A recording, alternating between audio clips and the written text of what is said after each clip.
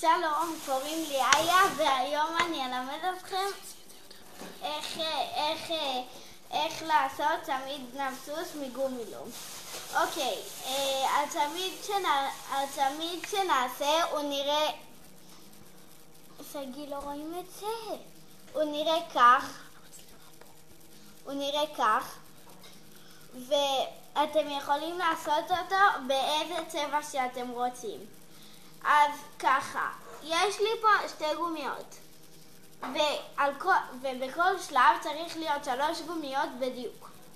אז ככה, יש לי ככה למטה, ועכשיו, אחרי הכחול אני בעצם רציתי לעשות את הצבע הסגול, אז אני לוקחת אותו, שמה אותו למעלה, לוקחת את הוו שלי, בסדר?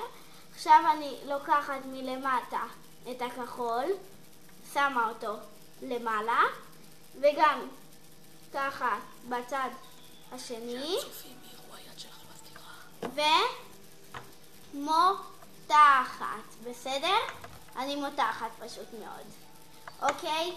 להתראות, תמשיכו ככה עד הסוף, ביי ביי.